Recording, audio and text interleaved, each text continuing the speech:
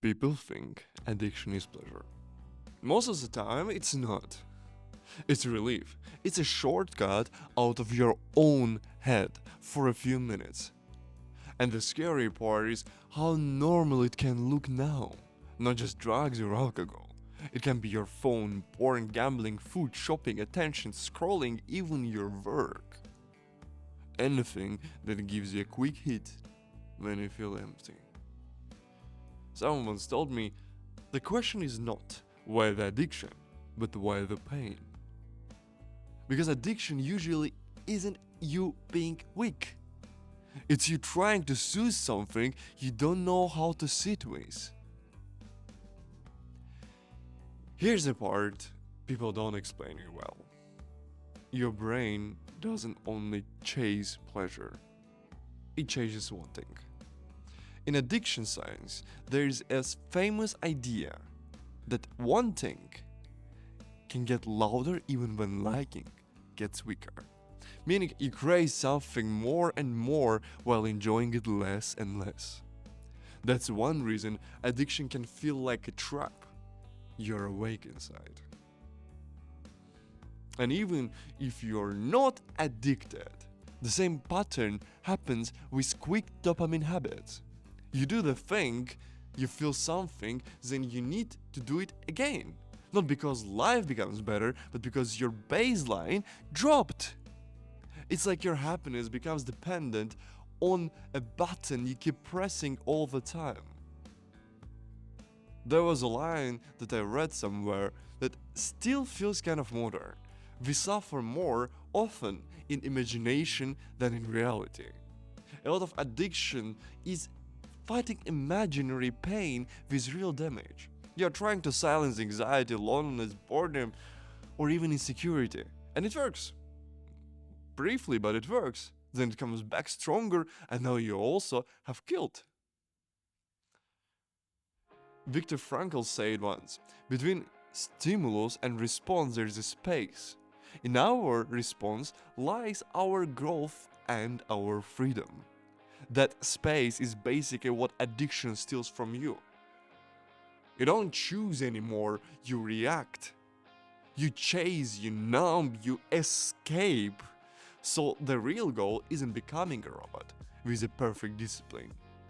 The goal is getting that space back.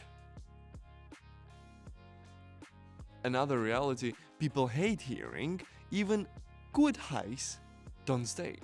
There is a concept called hedonic adaptation, the hedonic treadmill, where we get used to new pleasures fast and then we need more to feel the same. That's why new things feel amazing for a week than normal. New habits can be the same, the problem isn't wanting the pleasure. The problem is building your happiness on something that always fades away. So, what do you replace it with?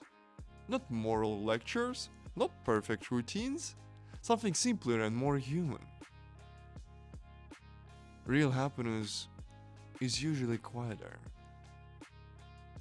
It's earned slowly and stable. It comes from things that don't spike you, they build you.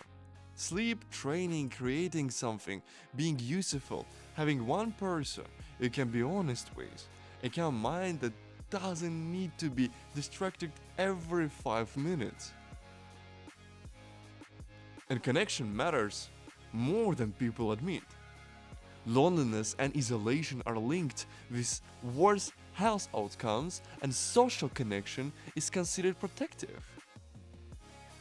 When you're connected, you don't need to escape as much just because you are not alone with your thoughts all the time.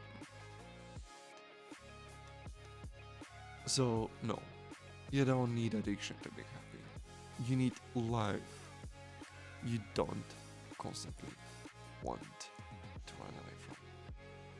You need habits that make you proud when nobody claps. You need to feel your feelings without panicking, and the space between impulse and action, because that space is your freedom. And if you are watching this and you're thinking, Yeah, but I rely on something. I'm not judging. A lot of people do. The point isn't shame, the point is honesty. Because the moment you admit, I'm using this to numb something, you're already closer to changing it. If this video hit you, write one addiction you're fighting with in the comments. I read them, and I genuinely want to talk with you. And if you want more videos like this, subscribe, because this channel is about building a strong body, but also building a strong mind.